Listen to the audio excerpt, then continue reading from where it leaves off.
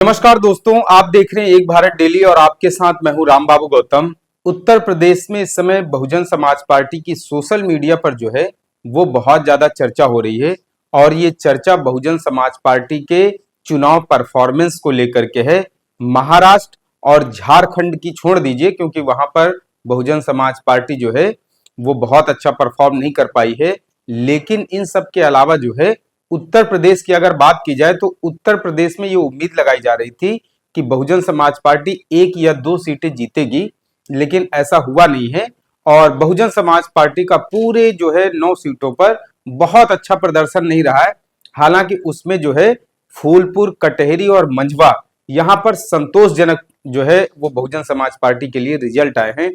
लेकिन अगर बात की जाए कि बहुजन समाज पार्टी का प्रदर्शन इतना ज्यादा खराब क्यों हुआ, बहुजन समाज पार्टी इतना ज्यादा उपचुनाव में पुअर परफॉर्मेंस क्यों कर पाई, और इन सब के अलावा ये जो खराब प्रदर्शन हुआ है और उसके बाद बहुजन समाज पार्टी की जो शीर्ष लीडरशिप है वो इन खराब प्रदर्शनों को किस तरीके से ले रही, कितना गंभीरता से ले रही है, इसके बाद जो है कितने रिव्यू समीक्षा की जा रही है कि चुनाव परिणाम आखिर इतना जो है वो निराशाजनक क्यों आया। और इन सब के बाद एक सबसे बड़ी चौंकाने वाली बात यह है कि मुजफ्फरनगर की मीरापुर और मुरादाबाद की कुंदर की सीट पर चंद्रशेखर की आजाद समाज पार्टी ने बहुजन समाज पार्टी को भी पीछे छोड़ दिया है। इससे दो बातें जो है वो निकल करके सामने आ रही हैं कि क्या उत्तर प्रदेश में चंद्रशेखर आजाद बहुत तेजी से जो है वो आगे बढ़ रहे हैं, क्या उत्तर प्रदेश में चंद्रशेखर आजाद मायावती को रिप्लेस करने जा रहे हैं, क्या उत्तर प्रदेश में चंद्रशेखर आजाद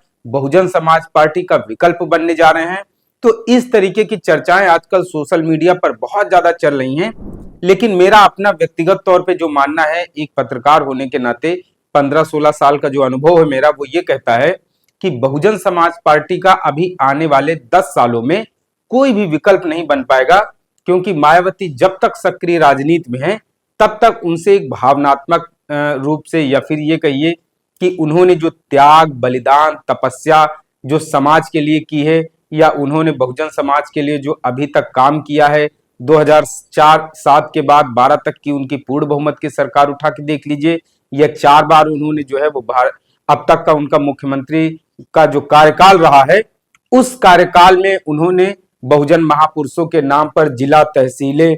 पार्क, स्मारक से लेकर के कॉलेज, यूनिवर्सिटी, मतलब जो भी उनका कार्यकाल रहा है, जो भी उन्होंने फैसले लिए हैं, जो भी उन्होंने काम करवाए हैं, तो इन सारे कामों के आधार पर जो है अभी भी बहन जी से एक समाज का इमोशनल रिश्ता, एक नाता जुड़ा हुआ है। लोग ये उम्मीद कर रहे हैं कि शायद मायावती कोई बहुत बड़ा मंथन कर रही हो, कोई मायावती भविष्य के लिए कोई बहुत बड़ी रणनीति तैयार कर रही हो, या फिर मायावती जो है आकाश आनंद को लेकर के कोई बहुत बड़ा प्लेटफॉर्म तैयार कर रही हूँ, वो उत्तर प्रदेश और देश की राजनीति को मौजूदा हालात में समझ रही हूँ।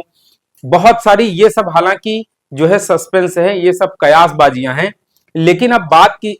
लेकिन मेन चीज ये है कि उत्तर प्रदेश में जिस तरीके से बहुजन समाज पार्टी निष्क्रिय होती चली जा रही है, मैदान से बाहर होती चली जा रही है, और आजाद समाज पार्टी जिस तरीके से बहुजन समाज के लोगों के बीच में दस्तक दे रही है, उससे बहुजन समाज पार्टी को अब अगर चौकन्ना नहीं हुई बहुजन समाज पार्टी, या शीर्ष पर उसकी जो जो पहली पंक्ति की लीडरशिप है, अगर वो इन उपचुनावों के बाद में कोई बहुत कारगर फैसला नहीं लेती है, कोई बहुत बड़ी अच्छी मास्टर स्ट्रोक, कोई बहुत बड़ी अच्छी रणनीति नहीं बनाई जाती है,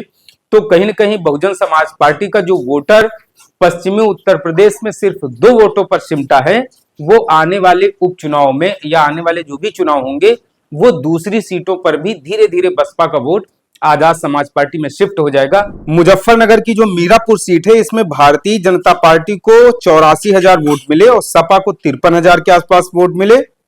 वहीं आजाद समाज पार्टी चंद्रशेखर आजाद की उसको 22,000 के आसपास वोट मिले, और ओवैसी की जो AIMIM पार्टी है करीब 18,000 के आसपास वोट मिले। लेकिन बहुजन समाज पार्टी मीरापुर में महज 3,000 के आसपास पर सिमट गई। मतलब कि मीरापुर की जनता ने, वहां की जो दलित आबादी है, उसने बहन जी को वोट देने के बजाय चंद्रशेखर आजाद को अपना पहला विकल्प के रूप में चुना। अब पश्चिमी उत्तर प्रदेश की मुजफ्फरनगर के अलावा एक मुरादाबाद की सीट है कुंदर की, इसका भी हाल जरा देख लीजिए।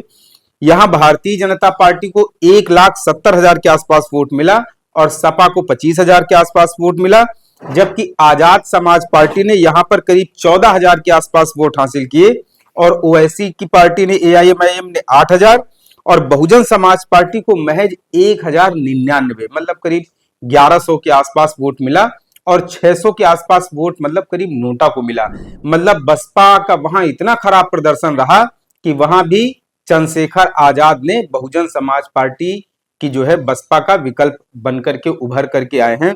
तो इन सब के अलावा अगर दूसरी बाकी सीटों की बात की जाए तो ये 2 सीटें पश्चिमी उत्तर प्रदेश की मुरादाबाद की कुंदरकी और मुजफ्फरनगर की मीरापुर सीट, यहां पर जो बसपा का वोटर है वो चंद्रशेखर आजाद के साथ शिफ्ट हो गया। कानपुर के सीसामऊ में 1400-1500 के आसपास बसपा को वोट मिला, बहुत अच्छा प्रदर्शन नहीं रहा। बाकी की जो बची हुई सीटें हैं, बात की जाए गाजियाबाद में, वहां करीब बसपा को 11,000 वोट मिले हैं। अलीगढ़ के खैर में करीब 14,000 वोट मिले हैं। करहल में करीब जो है वो 10,500 के आसपास वोट मिला है और फूलपुर, प्रयागराज के फूलपुर में करीब 20,000 वोट मिले हैं और मंझवा में करीब 35,000 वोट मिले हैं और कटहरी में करीब जो है वो 42,000 के आसपास बहुजन समाज पार्टी के प्रत्याशी अमित वर्मा को वोट पड़ा है। तो ये जो है पश्चिमी उत्तर प्रदेश में 2 सीटों पर किस तरीके से चंद्रशेखर आजाद की पार्टी हावी रही। और इधर पूर्वांचल में आप चले आइए तो यहां पर अभी भी बहुजन समाज पार्टी से लोगों ने उम्मीदें छोड़ी भी नहीं है। बहुजन समाज पार्टी के बिना चुनाव प्रचार के, शीर्ष लीडरशिप के बिना मैदान में उतरे हुए, सोचिए 40-40, 25-25, 30-30 हजार, 15-15 हजार लोग अभी भी वोट दे रहे हैं। ये सोचिए वोट तब पड़ रहा है जब बसपा की शीर्ष लीडरशिप जो है वो एकदम शिथिल पड़ी हुई है। तो मैं बार बार ये चीज कहता हूं कि बहुजन समाज पार्टी का जो वोटर है, उसका जो काडर है, उसका जो सपोर्टर है,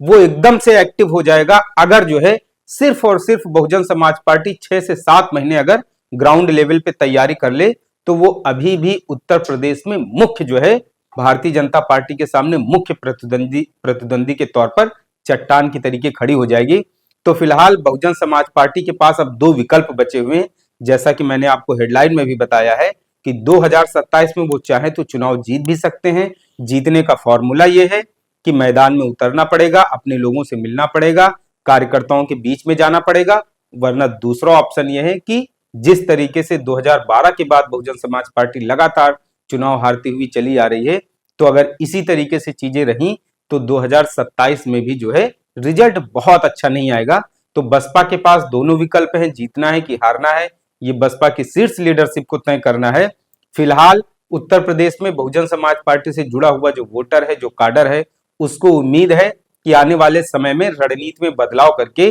बहुजन समाज पार्टी में जो शीर्ष लीडरशिप है वो कोई बहुत बड़ी स्ट्रेटजी बनाएगी। और 2027 में लोगों को उम्मीद है कि बहुजन समाज पार्टी बसपा का फिर से 2007 से 2012 के बीच वाला जो शासन था वो फिर से लौटेगा। आपसे अपील है एक भारत डेली को शेयर और सब्सक्राइब जरूर करते रहें। धन्यवाद।